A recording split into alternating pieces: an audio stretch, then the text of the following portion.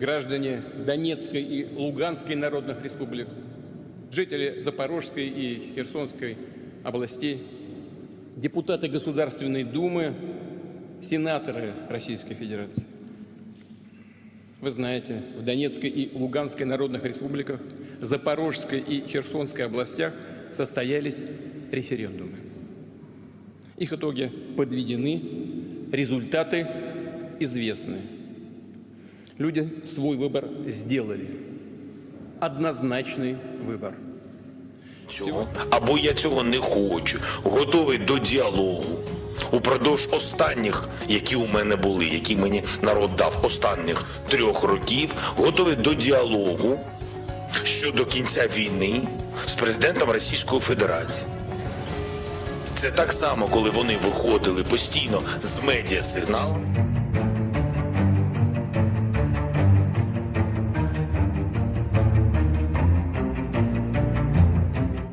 Presiden Rusia Vladimir Putin mengumumkan akan melaksanakan wajib militer dan mengaku tak akan tinggal diam dan akan membalas dengan hal yang lebih dahsyat.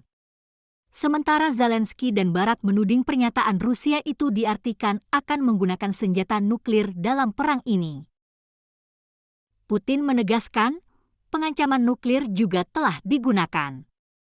Kita tidak hanya berbicara tentang penembakan pembangkit nuklir Zaporizhia yang didorong oleh Barat, yang mengancam akan menyebabkan bencana nuklir. Tetapi juga tentang pernyataan dari perwakilan senior negara-negara NATO tentang kemungkinan dan izin penggunaan senjata pemusnah massal terhadap Rusia, senjata nuklir, kata Putin dikutip The Guardian, Rabu, 21 September 2022. Saya ingin mengingatkan mereka yang membuat pernyataan seperti itu tentang Rusia, bahwa negara kita juga memiliki berbagai alat penghancur, dan dalam beberapa kasus, lebih modern daripada negara-negara NATO. Ketika integritas teritorial negara kami terancam, kami, tentu saja, akan menggunakan semua cara yang kami miliki untuk melindungi Rusia dan rakyat kami, tegasnya. Ini bukan gertakan. Dan mereka yang mencoba memeras kita dengan senjata nuklir harus tahu bahwa baling-baling cuaca dapat berputar dan menunjuk ke arah mereka, tegasnya. Sementara itu, penasihat Presiden Ukraina Mikhailo Podolyak mengatakan keputusan Putin untuk mengumumkan mobilisasi parsial adalah langkah yang dapat diprediksi. Ia juga menyoroti keputusan tersebut menjadi bukti bahwa perang tidak berjalan sesuai dengan rencana Kremlin. Menteri Luar Negeri Inggris Gillian Keegan menyebut pidato Presiden Rusia sebagai eskalasi yang jelas.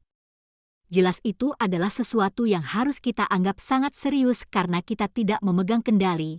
Saya juga tidak yakin dia memegang kendali, sungguh, kata Keegan. Wakil Kanselir Jerman, Robert Habeck, mengatakan keputusan Rusia untuk mengumumkan mobilisasi parsial adalah langkah buruk dan salah lainnya dari Rusia. Mobilisasi parsial yang diumumkan oleh Putin akan dilihat secara luas sebagai pengakuan besar atas kegagalan militer Kremlin di Ukraina. Menteri Pertahanan Rusia Sergei Shoigu dalam pidatonya mengakui bahwa kondisi di Ukraina sulit dan mengatakan Rusia berperang dengan negara-negara Barat. Shoigu pada hari Rabu juga memberikan perkiraan resmi pertama dari kerugian medan perang Rusia sejak akhir Maret, mengumumkan bahwa 5.937 tentara Rusia telah tewas di Ukraina sejak awal pertempuran. Namun, intelijen Barat serta laporan media independen menunjukkan angka sebenarnya jauh lebih tinggi, hingga 80.000 tentara Rusia tewas atau terluka sejak awal perang. Presiden Ukraina Volodymyr Zelensky mengatakan pasukan Rusia jelas sedang dalam kondisi panik. Hal ini dikarenakan serangan balasan Ukraina di wilayah timur yang berhasil mendesak mundur tentara Presiden Rusia Vladimir Putin.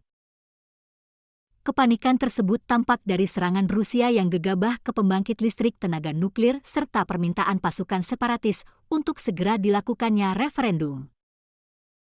Dilaporkan Al Jazeera, rudal Rusia menghantam dalam jarak 300 meter dari reaktor di pembangkit listrik tenaga nuklir Ukraina Selatan dekat kota Yuzhno-Ukrainsk di Provinsi Mykolaiv Selatan pada hari Senin, 19 September 2022. Menurut operator nuklir Ukraina Energoatom, bom tersebut meninggalkan lubang sedalam 2 meter dan lebar 4 meter. Namun, reaktor tersebut masih beroperasi secara normal dan tidak ada karyawan yang terluka.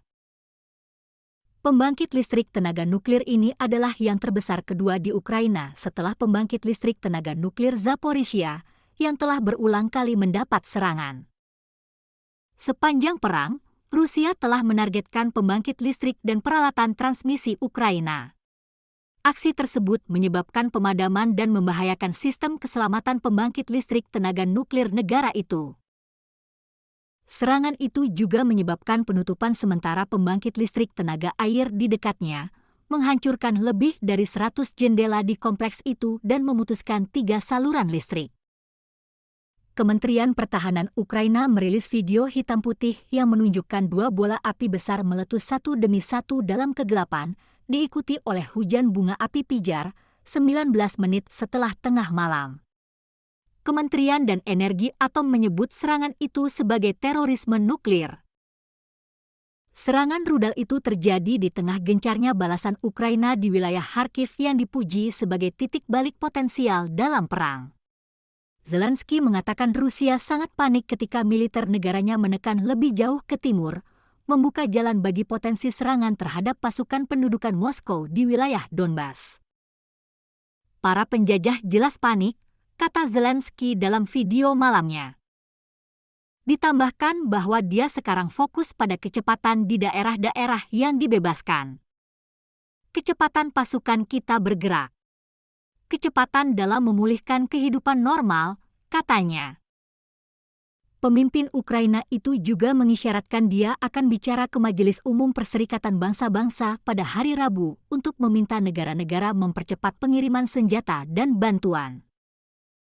Kami melakukan segalanya untuk memastikan kebutuhan Ukraina terpenuhi di semua tingkatan pertahanan, keuangan, ekonomi dan diplomatik, tegasnya. Gubernur Provinsi Serhiy Gaidai, Angkatan Bersenjata Ukraina telah mendapatkan kembali kendali penuh atas desa Bilohorivka dan bersiap untuk merebut kembali semua provinsi Luhansk dari penjajah Rusia. Desa ini hanya berjarak 10 km di barat kota Lysychansk, yang jatuh ke tangan Rusia setelah berminggu-minggu pertempuran sengit di bulan Juli.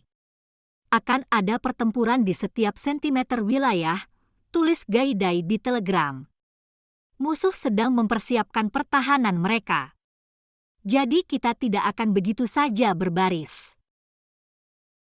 Luhansk dan provinsi tetangga Donetsk terdiri dari kawasan industri timur Donbas yang menurut Moskow akan direbut sebagai tujuan utama dari operasi militer khusus di Ukraina.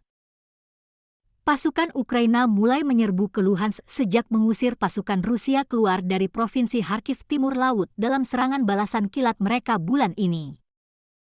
Sebagai tanda kegugupan dari pemerintahan yang didukung Moskow di Donbas tentang keberhasilan serangan Ukraina baru-baru ini, pemimpinnya mendesak referendum agar wilayah itu menjadi bagian dari Rusia.